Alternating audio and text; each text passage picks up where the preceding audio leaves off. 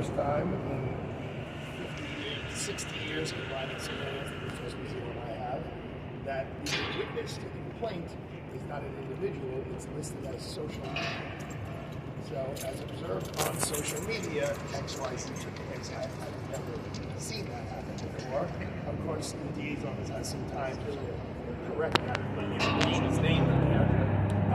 Today's world of artificial intelligence, you can put anything on social media. I can compare So you're saying that you don't actually have the gun? No, I just don't know it. I don't think that in this courthouse, in the years that I've been practicing, it's rules of evidence, and the rules of evidence are it's a human being who has to make these descriptions, not based on what you see on a computer. So we all know that there's a lot of it's not reliable evidence. So in a court of law, a judge would not allow the district attorney to merely rely on a picture on a computer screen when you don't know who took the picture, when it was taken, was it altered, who may have altered it. It's called a chain of custody.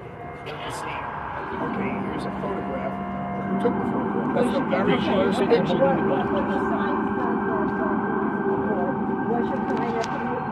Was your client at the rally with the weapon? As a lawyer, I can't just say besides the rules of the court. I live under the rules of the court.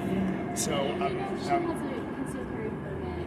We understand she's in her permit, but does she have a agreement about versus location? Law to pass last year? I don't know what her political views are or personal views are about issues that gun laws. Look, the bottom line is they did not have a ballistic report today, so we don't even know if the gun works. That's, I have to talk like a lawyer, and look at this case of a lawyerly fashion. So the first step is we have to make sure it's an operable gun. If it's not an operable gun, then it's not a crime, because it just could be a toy. So they have to prove that the gun works, and I'm sweating January. Ballistic report knows whether it works or it doesn't work, and then they'll have to have a witness who actually says he saw it. Saying that there's a photograph that exists somewhere taken by someone we don't know who, under what circumstances, which we don't know, is not enough in the court of law to prove somebody guilty. So why did your client hand over her firearms and permit when she surrendered at the precinct? But she was asked to. They asked her to. She's a law-abiding citizen. She voluntarily surrendered. Personally, she voluntarily turned over her weapon. So are you hinting at or throwing out there that may have been a computer-generated gun? I'm throwing out there that you need proof beyond a reasonable doubt that somebody committed a crime, and a photograph taken by we don't know who, under what circumstances, is not proof beyond a reasonable doubt that something took place. What is going to be your defense come January 24th? Well, on January 24th, I won't have to have a defense. The burden will still be on the people to have their evidence. So the first thing they have to do is they have to have a document that says the gun worked, that they took it to the lab, that they fired it, and it worked. So they have to cross that hurdle. They then have to have a human being who says, yes, I saw her with the gun. They can't just say it's basing it on a picture. And again, we don't know who took the picture, where, under what circumstances. Do you think the DA should have brought this desk appearance ticket? Do you think the DA should have brought it with what you're saying they brought today? You know, I'm not going to question the district attorney.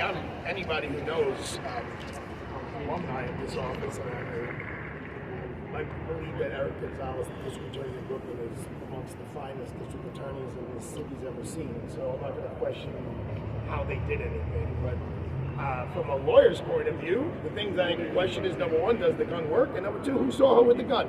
That's what they need to prove.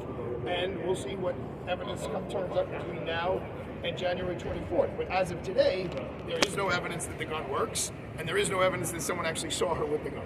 Okay, but hold on. Even if it is, let's say it's a toy gun and it didn't work, is it responsible for a city council person to bring a toy gun visible to a rally with high tensions? My job Could that be a lapse in judgment? My job is not to rule on lapses in judgment. My job is about evidence and proof beyond a reasonable doubt, so I don't, I've learned a long time ago, I don't judge anyone's actions, especially my own. Stupid question, but there was no guilty, not guilty. There is no There was no guilty, not. I didn't miss it, right? There was no guilty, not guilty put in today. No, there was no Arraignment on one count? you on an arraignment on a criminal complaint, you added to the plea on a felony complaint. So we're not on a felony complaint. If it was charged as a felony, it's the lowest level felony on the book. What is next? And do you expect it to go to grand jury? That's up to the district attorney's office, but for it to become a felony, it would have to go to the board. What is the next step for you and your client? To wait to see what evidence they have and whether the gun works and what human beings they have who are going to testify that yes, we certainly will. Do you want to say anything, sir? All right. Okay. You're back in January. 24th. As the defense attorney, can you talk about how this is discretion similar to other criminal professional elections? Yes, in every single other criminal possession of a weapon case that Mr. Esposito and I have, there's a witness who says, I saw the person with the gun. It's usually a police officer or a detective, but it could be a citizen. Here, they don't have anybody. They just say, based on pictures and social media. Yeah, that's very, very different than anything I've ever seen. So do you fully expect later today, tomorrow, whoever submitted those pictures in social media, the detectives are going to talk to that person, and then you'll have a person. So we could That's be up to right them. The other thing to answer your question is, this is a brand new law. It's a brand new law. I don't know if anyone in Brooklyn, New York, has been arrested on this law. There were never these sensitive zones before. It was either you had a permit and were allowed to carry a gun, or you didn't have a permit. You weren't allowed to carry a gun. She has a permit. It's a legal gun. She was just to be judged to be in an area where you're not allowed to have that gun. And unlike Times Square, where there were big signs up that says this is a no-gun zone, she was not in that area. So there's a lot to discuss. I don't know what she means. But albeit a new law, she's a city council person. Shouldn't she be aware of the law?